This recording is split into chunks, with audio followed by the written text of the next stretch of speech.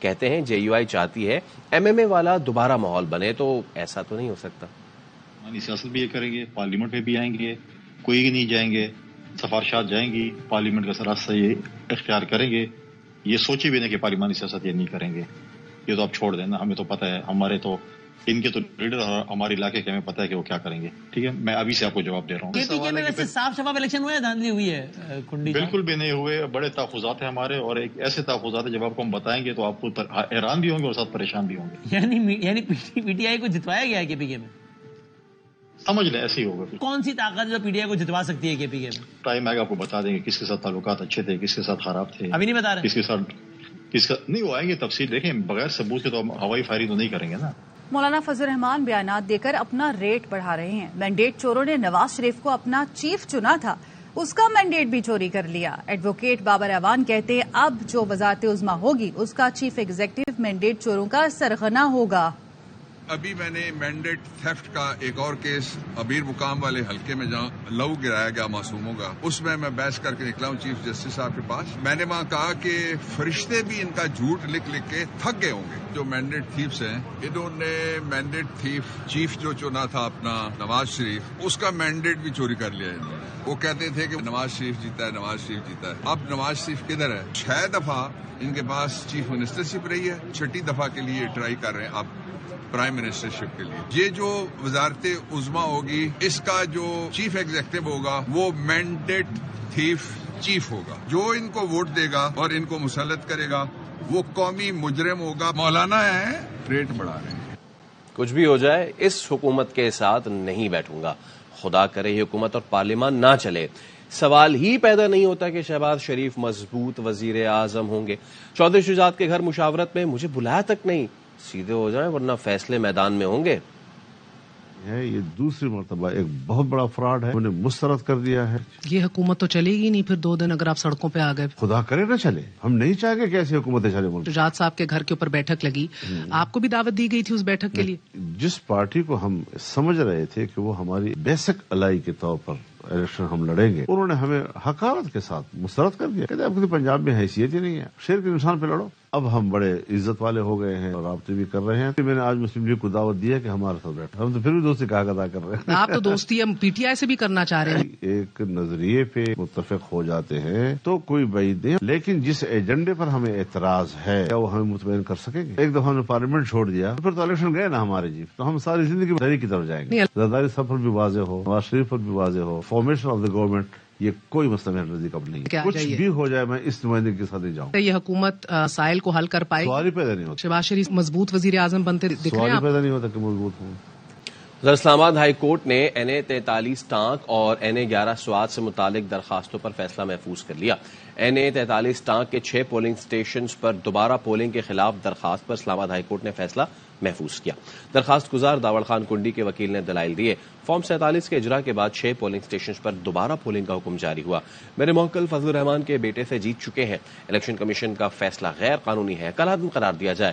DG لا election commission کا کہنا تھا اس حلقے سے متعلق بتایا گیا لوگوں نے ووٹ کاسٹ نہیں کیا۔ عدالت نے NA 11 سوات سے انجینئر امیر مقام کے کامیابی کے الیکشن کمیشن کے نوٹیفیکیشن کے خلاف درخواست پر بھی فیصلہ محفوظ کر لیا گیا۔ الیکشن کمیشن نے نواز شریف کی کامیاب امیدوار کا نوٹیفیکیشن روکنے کی استدعا مسترد کر دی۔ چیف الیکشن کمشنر سکندر سلطان راجہ کی سربراہی میں 2 رکنی بینچ نے NA 15 مانسہرہ میں نواز شریف کی انتخابی عذرداری پر سماعت کی۔ نواز شریف کے وکیل سماعت میں پیش نہ ہوئے۔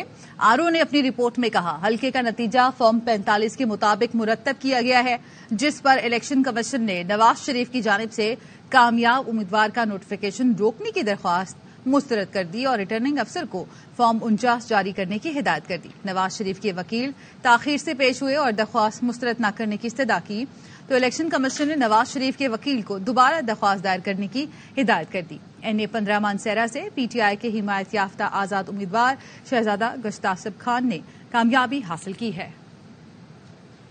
آگے بڑھیں گے۔ NA 15 مانسہرہ سے شہزادہ گستاسب کی کامیابی کا نوٹیفیکیشن روکنے کی درخواست پر سماعت۔ طاہر شہزاد ہمارے ساتھ موجود ہیں، ان سے مزید جانیں گے، بتائیے گا۔ جی بالکل، 8 فروری کو ہونے والے انتخابات میں NA-15 سے نواز شریف کے مد مقابل تحریک انصاف کے جو ہمارے جاتا امیدوار اشتاق خان وہ 25,200 ووٹوں سے جیت چکے تھے، جن کا فارم 45 اور 47 جو ہے وہ RO آفس سے جاری کر دیا گیا تھا۔ تاہم نواز شریف کے داماد کیپٹن صفدر نے جو الیکشن کمیشن آف پاکستان میں رزلٹ روکنے کی درخواست دائر کی تھی، جس پر آج سماعت ہوئی، اور سماعت کے دوران الیکشن کمیشن آف پاکستان نے نواز شریف کی جانب سے دائر کردہ درخواست کو خارج کرتے ہوئے RO کو ہدایت کی کہ وہ NA-15 مانسیرا سے شہزاد اشتاق خان کا فارم 45 جاری کرتے انہیں کامیابی کا نوٹس جاری کرے۔ ٹھیک ہے، بہت شکریہ آپ کا اپڈیٹ کرنے کے لیے۔ فردوس عاشق آوان کی پولیس اہلکار کو تھپڑ مارنے کے خلاف کیس کا فیصلہ محفوظ کر لیا گیا ہے۔ زاہد مشوانی ہمارے ساتھ موجود ہیں، ان سے مزید جانیں گے۔ زاہد، کب سنایا جائے گا فیصلہ؟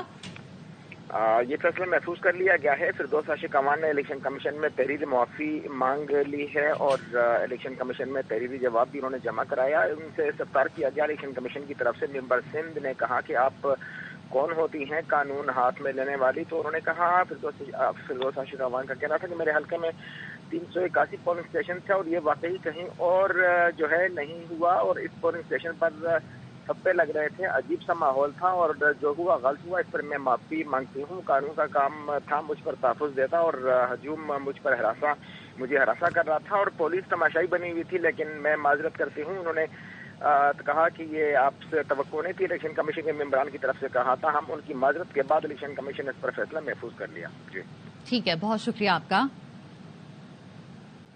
3 سال سے لاپتہ سندھ پولیس ملازم سے متعلق درخواست پر سندھ ہائی کورٹ نے تفتیشی افسر سے پیش رفت رپورٹ طلب کر کے سماعت 19 مارچ تک ملتوی کر دی۔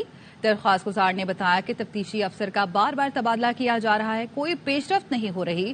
میرا بیٹا سید خرم شاہ سندھ پولیس کا ملازم تھا، 3 سال پہلے سفورہ سے لاپتہ ہوا تھا، اب تک نہیں معلوم کہاں ہے۔ عدالت نے تفتیشی افسر سے استفسار کیا کہ شہری کی بازیابی سے متعلق کیا رپورٹس ہیں، جس پر تفتیشی افسر نے کہا کہ حال ہی میں میرا تبادلہ ہوا ہے، کیس کی تحقیقات جاری ہیں، شہری کو کون کیوں لے گیا اب تک پتہ نہیں چل سکا، نہ چشمدید گواہ ہے۔ Additional IG MI special branch اور دیگر محکموں کو خطوط لکھے ہیں۔ سندھ ہائی کورٹ نے تفتیشی افسران کے بلا جواز تبادلے کرنے سے روک دیا۔ 16 افغان خواجہ سراؤں کو وطن واپس بھیجنے کے خلاف دائر درخواست پر سماعت۔ پشاور ہائی کورٹ نے افغان خواجہ سراؤں کو ہراساں نہ کرنے کا حکم دے دیا۔ عدالت نے استفسار کیا، کیا یہ غیر ملکی نادرا کے پاس رجسٹرڈ ہیں؟ غیر ملکیوں کو وہ حقوق حاصل نہیں ہوتے جو ملک کے شہریوں کو حاصل ہوتے ہیں۔ اگر غیر ملکیوں کے پاس ویزا ہے اور وہ ایکسپائر نہیں تو پھر تو پاکستان میں رہ سکتے ہیں۔ پشاور ہائی کورٹ نے رجسٹرڈ افغان مہاجرین خواجہ سراؤں کو تنگ نہ کرنے کی ہدایت کر دی۔ عدالت نے افغان خواجہ سراؤں کی ریٹ پٹیشن افغان گلوکارہ کیس کے ساتھ کلپ کر دی۔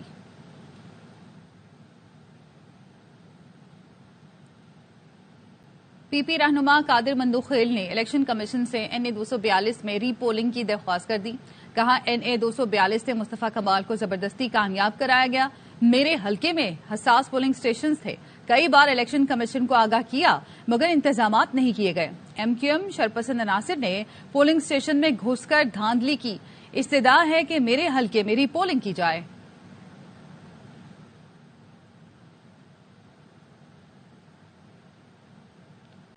NA-128 سے اون چودھری کی کامیابی کا نوٹیفیکیشن کالعدم قرار دینے کی درخواست پر سماعت ہوئی۔ اسلام آباد ہائی کورٹ نے سلمان اکرم راجہ کی درخواست پر سماعت میں 2 بجے تک وقفہ کر دیا۔ چیف جسٹس ہائی کورٹ نے پوچھا، لاہور ہائی کورٹ نے درخواست گزار کو نوٹس جاری کر کے کنسالیڈیشن کا حکم دیا تو کیا ایسا ہوا؟ جس پر DG لا الیکشن کمیشن نے کہا کہ یہ میرے علم میں نہیں ہے، میں معلوم کر کے بتا سکتا ہوں۔ چیف جسٹس عامر فاروق نے کہا کہ ارشد صاحب جسٹ ریلیکس، آپ کو پانی چاہیے، آپ کمیشن سے ہدایت لے لیں، پھر اس کیس کو 2 بجے کے بعد رکھ لیتے ہیں۔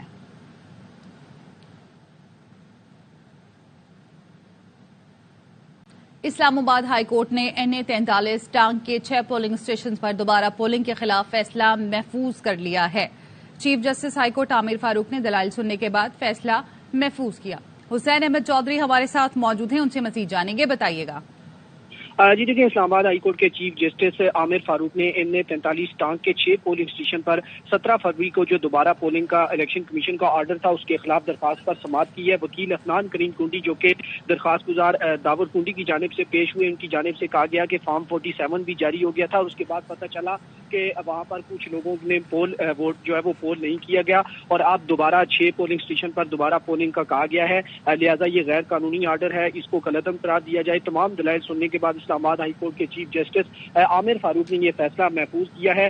دوسری جانب ان نے 11 جو شانگلہ کا حلقہ تھا جہاں سے انجینئر امیر مقام جیتے تھے، اس کیس کی بھی سماعت ہوئی ہے اور اس کے جو مد مقابل جو امیدوار تھے انہوں نے یہ معاملہ چیلنج کیا تھا۔ اسلام آباد ہائی کورٹ کے چیف جسٹس عامر فاروق نے سماعت کرتے ہوئے پوچھا کہ ماضی میں تو تمام کامیاب امیدواروں کا نوٹیفکیشن ایک ساتھ ہوتا تھا، وکیل نے بتایا کہ ہوتا تو ایک ساتھ تھا لیکن پھر عدالتوں میں کچھ مشکلات آئی ہیں۔ وکیل الیکشن کمیشن نے کہا کہ کمیشن کو اختیار ہے کہ وہ ایک ساتھ نوٹیفکیشن بھی کر سکتا ہے اور الگ الگ بھی۔ اس دوران ڈاکٹر بابر اعوان نے کہا کہ پہلے الیکشن ہوتا تھا ایک دن، اب الیکشن 8 فروری کو ہوا، دوسرا الیکشن 9 فروری کو ہوا اور 8 فروری کا نتیجہ فارم 45 کی شکل میں موجود ہے۔ ڈاکٹر بابر اعوان اور الیکشن کمیشن کے وکیل کے دلائل سننے کے بعد ان نے 11 سے متعلق جو کیس تھا اس کا فیصلہ بھی محفوظ کر لیا گیا ہے۔ جی ٹھیک ہے، بہت شکریہ آپ کا۔ ہیڈ لائنز آپ نے جانی۔ بانی پی ٹی آئی کی 9 مئی جلاؤ گھیراؤ مقدمات میں عبوری ضمانت کی درخواستیں، اے ٹی سی نے بانی پی ٹی آئی کی عبوری ضمانتوں میں 19 فروری تک توسیع کر دی۔ عابد خان ہمارے ساتھ موجود ہیں، ان سے مزید جانیں گے۔ جی عابد۔ جی بالکل جی، انسداد دہشت گردی کی 2 عدالتوں میں آج بانی پی ٹی آئی کے خلاف 9 مئی کے جلاؤ گراؤ کے حوالے سے کیسز کی سماعت کی اور اس میں بانی پی ٹی آئی کی جانب سے عبوری ضمانت کی جو درخواستیں تھیں ان میں عدالت نے 19 فروری تک توسیع کر دی ہے۔ آج بانی پی ٹی آئی کے مین وکیل عدالت میں پیش نہیں ہوئے، ان کے جونیئر وکلا پیش ہوئے اور انہوں نے بتایا کہ اسلام آباد میں اہم کیسز میں مصروف ہیں، لہٰذا عدالت دلائل دینے کے لیے مہلت دے۔ عدالت نے یہ سزا منظور کر دی اور سماعت 19 فروری تک ملتوی کر دیا ہے اور آئندہ سماعت پر حکم دیا ہے کہ وکلا اپنے دلائل مکمل کرے تاکہ عبوری ضمانتوں پر فیصلہ دیا جا سکے۔ ٹھیک ہے، بہت شکریہ آپ کا اپڈیٹ کرنے کے لیے۔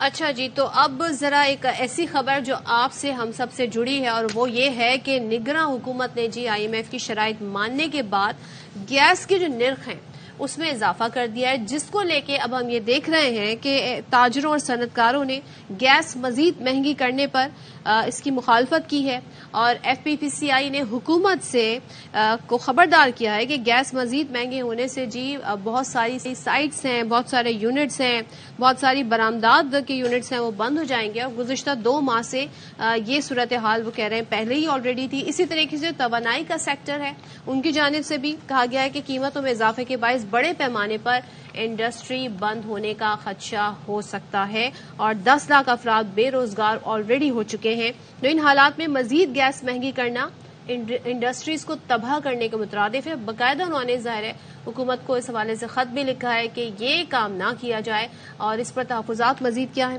اس کے لیے ہمارے ساتھ گفتگو کے لیے موجود ہیں، اس کے لیے ہم نے شامل گفتگو کیا ہے، بات کریں گے ہم مدعو کیا ہے ہم نے ایف پی سی آئی کے ریجنل چیئرمین اور وائس پریزیڈنٹ ذاکر اعجاز قریشی صاحب کو۔ ذاکر صاحب السلام علیکم، گڈ مارننگ ٹو باخبر سویرا، امید ہے آپ خیریت سے ہوں گے۔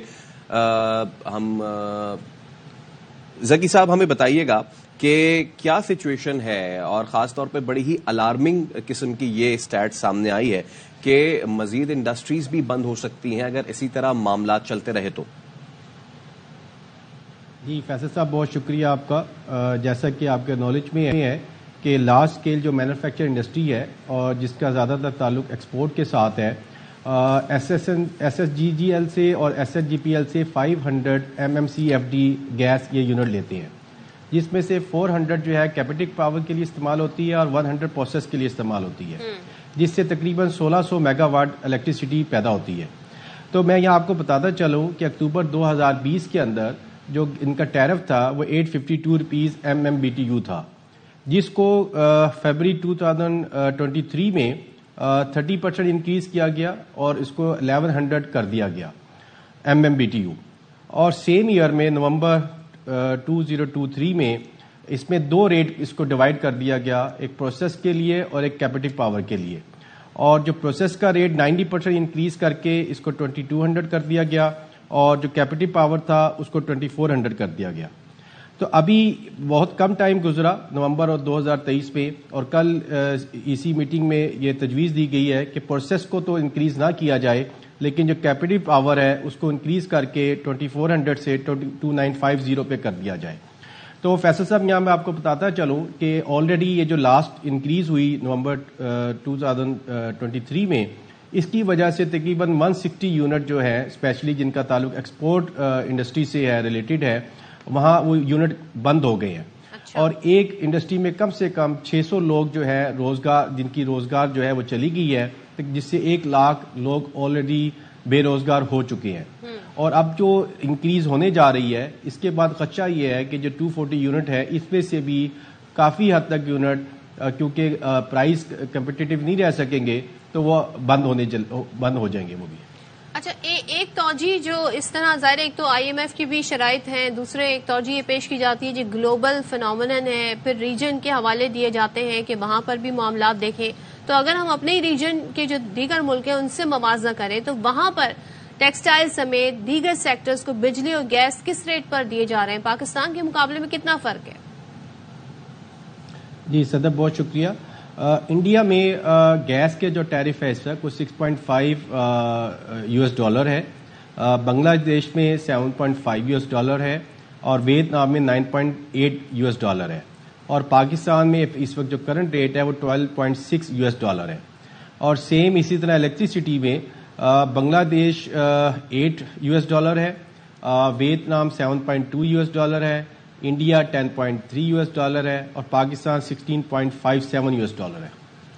اچھا تو اس سے آپ کمپیریزن کر سکتے ہیں کہ ہم اپنی جو پاکستان جو ہے ابھی جس طرح 2 مہینے سے کچھ ایکسپورٹ کے فیگر بہتر ہوئے تھے تو ہم دوبارہ اس کو ریورس لگ جائے گا اور ہماری ایکسپورٹ ڈاؤن ہو جائے گی. تو ذکی صاحب یہ تو بہت ہی اسٹیگرنگ قسم کی آپ سٹیٹس بتا رہے ہیں, نہ صرف یہ کہ ریورس گیئر لگے گا ہماری ایکسپورٹس کو بلکہ جتنی ایک طوفان آئے گا ان امپلائمنٹ کا, تو ایسے میں اب آپ کی تجاویز کیا ہے؟ کیونکہ صرف یہ کہہ دینا کہ یہ نہ کریں obviously یہ تو کوئی حل نہیں ہے. حل کیا سمجھتے ہیں؟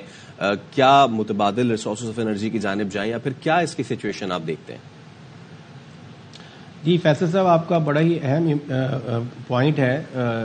میں یہ سمجھتا ہوں کہ پاکستان کو اور جو آنے والی گورنمنٹ ہے اور SIFC کو کوئی لانگ ٹرم پالیسیز بنانی چاہیے منیمم فور 10 ایئرز جس میں بیسک چیزیں جس میں ٹیرف ہے ہمارے الیکٹریسٹی کے اور گیس کے, اور نمبر 3 جو مارک اپ کاسٹ ہے ان کو کہیں پر فکس کرنا پڑے گا ہمیں. ادروائز ہم جو ہے نا وہ پرائز پہ کمپیٹ نہیں کر سکیں گے ایکسپورٹ میں بھی اور ایون ڈومیسٹک مارکیٹ میں بھی. میں آپ کو تھوڑا سا یہ انفارم کر دوں کہ اس ڈومیسٹک مارکیٹ میں 50% انڈسٹری بند پڑی ہوئی ہے اور ہماری جو کاسٹ آف پروڈکشن ہے وہ انکریز ہوتی جا رہی ہے, کیونکہ اگر ایک یونٹ کی کیپیسٹی ہے 100 کوئی چیز بنانے کی اور وہ 50 بنا رہی ہے تو اس کی اوور ہیڈ کاسٹ بہت زیادہ انکریز ہو گئی ہے. تو اس وقت already domestic market already pressure میں ہے اور اگر ایکسپورٹ کو بھی اگر ہم نے روکا جو کہ یہ جو ہمیں لگ رہا ہے کہ مارک اپ بھی کم نہیں ہو رہا, اس کی وجہ سے 22% پلس فائبر ہے تو 24-25% کاسٹ بڑھی ہوئی ہے. تو اس وقت جہاں پر چیلنجز ہیں اس وقت ایون دنیا میں اس کے ریورس ہو رہا ہے کہ وہاں پر مارک اپ کاسٹ کو کم کیا جا رہا ہے.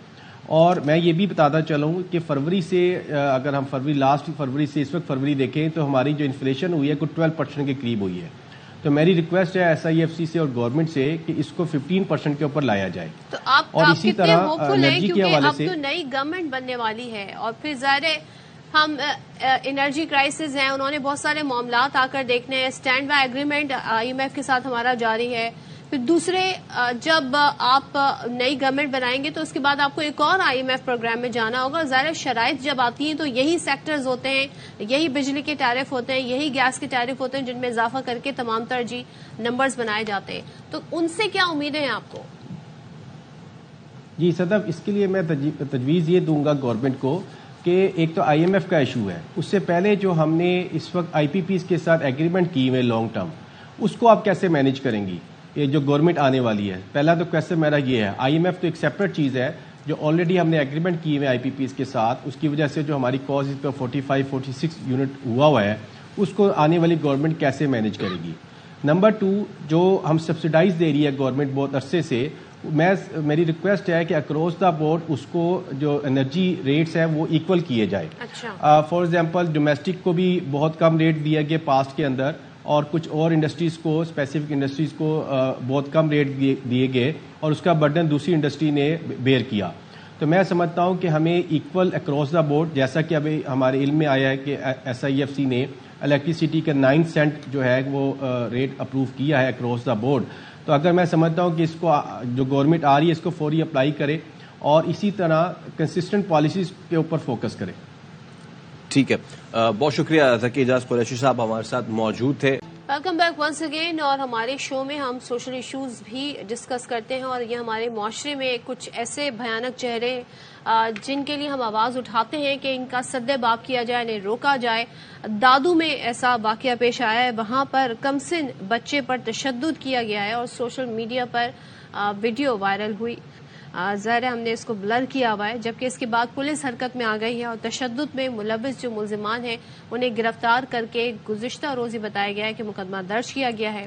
تو اس میں یہ دیکھا جا سکتا ہے اس ویڈیو میں کہ ایک پولیس وردی میں ملبوس ایک شخص اپنے ساتھیوں سمیت ایک بچے کو تشدد کا نشانہ بنا رہا ہے. ہم درخواست کریں گے کہ جو چھوٹے بچے کمزور دل کے افراد ہیں وہ یہ مناظر پلیز نہ دیکھیں، اور بہت ہی ڈسٹربنگ یہ مناظر ہیں کس طریقے سے بہیمانہ تشدد کا نشانہ بنایا جا رہا ہے. چوری کا اس پر الزام لگایا گیا. جی ہاں، اور اب سچویشن یہ ہے کہ پولیس اہلکار کوثر گوپانگ کا یہ بیٹا ہے سمر گوپانگ، اور حکام کے مطابق ویڈیو میں کمسن بچے پر تشدد کرنے والا شخص جو ہے وہ پولیس اہلکار نہیں ہے. تو ہمارے نمائندے ولی محمد بلوچ ہمارے ساتھ موجود ہیں، ہم ان سے بات کرتے ہیں. ولی محمد، ویڈیو میں دیکھا جا سکتا ہے کہ یہ پولیس وردی میں ملبوس شخص ہے، پولیس اس کو جو ہے وہ یکسر اس کی نفی کر رہی، تو کیا حقیقت ہے اس کہانی کی؟ جی، یہ دھادو میں جو واقعہ ہوا ہے کہ نوجوان اسرار سیال 4 روز قبل موٹر چوری کرنے کے الزام میں اس کو مولے کے مکینوں نے پکڑا، اور پولیس وردی میں جو ایک شخص کھڑا ہے اس کے سامنے اس کو بدترین تشدد کا نشانہ بنایا، اس کو شدید زخمی کر دیا. جب تک اس کارروائی کوئی بھی اس کے جو ملوث افراد ہیں ان کے خلاف نہیں ہوئی. جب یہ ویڈیو وائرل ہوئی ہے اس کے بعد پولیس جاگی ہے، اور پولیس کا کہنا ہے کہ انہوں نے 8 افراد کے خلاف مقدمہ درج کیا ہے، جس میں 5 نامینیٹ ملزمان ہیں اور 3 نامعلوم ہیں. ان میں سے 2 جو ملزمان ہیں حسیب سولنگی اور ذوالفقار سولنگی، پولیس کا دعویٰ ہے کہ اس کو ہم نے گرفتار کر لیا. جبکہ پولیس کی جو وردی پہنے ہوئے شخص ہے، پولیس کا کہنا ہے کہ یہ پولیس اہلکار کا بیٹا سمر ہے جس نے ٹی شرٹ پہنی ہوئی تھی اپنے باپ کی. اس پولیس اہلکار کوثر گوپانگ کو سزا کے طور پر کوارٹر گارڈ کر دیا گیا ہے. جبکہ متاثرہ لڑکے کی دادی کے مدیت میں 5 نامزد ملزمان اور 3 نامعلوم ملزمان کے خلاف مقدمہ درج کر دیا گیا ہے. پولیس ابھی تک تفتیش کری ہے. تاہم جس پولیس وردی میں شخص نظر آ رہا ہے اس کو ابھی تک پولیس نے کارروائی نہیں کی ہے، اور وہ ابھی تک پولیس کارروائی سے جو مغرا ہے. جی ٹھیک ہے، ولی محمد بلوچ آپ اس حوالے سے ہمیں اپڈیٹ کر رہے تھے، تو امید کرتے ہیں کہ یہ معاملہ جو ہے وہ ضرور اپنے منطقی انجام تک پہنچے. اور جس طریقے سے ٹوسٹ آیا ہوا ہے کہ پولیس وردی میں ملوث اہلکار، تو اس پہ ہمارے نمائندے نے بتایا کہ وہ کوئی پولیس اہلکار نہیں ہے بلکہ پولیس اہلکار کا بیٹا ہے جو یہ حرکت کر رہا ہے. اچھا جی، اب آگے بڑھتے ہیں اور ایک بار پھر ہم سیاست کا رخ کریں گے. خیبر پختونخوا کے نامزد وزیر اعلیٰ علی امین گنڈاپور، ان کے وارنٹ گرفتاری جو ہیں وہ جاری ہو گئے ہیں. الیکشن کمیشن آزاد جموں کشمیر نے علی امین گنڈاپور کے وارنٹ گرفتاری جو ہے جاری کیے ہیں، اور کہا یہ جا رہا ہے کہ علی امین گنڈاپور نے توہین الیکشن کمیشن آزاد جموں کشمیر کی، اور وارنٹ گرفتاری کا یہ متن ہے. عرفان مغل ہمارے ساتھ موجود ہیں، ان سے بات بتائیے. عرفان، یہ نامزد وزیر اعلیٰ خیبر پختونخوا علی امین گنڈاپور کے وارنٹ گرفتاری جاری کیے گئے ہیں آزاد جموں کشمیر الیکشن کمیشن کی جانب سے. وارنٹ میں بتایا گیا ہے کہ علی امین گنڈاپور کو بار بار طلب کیا گیا الیکشن کمیشن میں، جہاں پر وہ حاضر نہیں ہوئے ہیں، تو اس لیے ان کے وارنٹ گرفتاری جاری کیے گئے ہیں. وارنٹ میں یہ بھی بتایا گیا ہے کہ علی امین گنڈاپور نے الیکشن کمیشن آزاد جموں کشمیر کی توہین کی ہے اور انہیں فوری طور پر گرفتار کر کے حاضر کرنے کا حکم دیا گیا ہے. جی بھی آپ کا اور ہمارا ساتھ رہے گا. گو کہ میری آواز جو ہے تھوڑا میرا ساتھ چھوڑ رہی ہے یہاں پہ.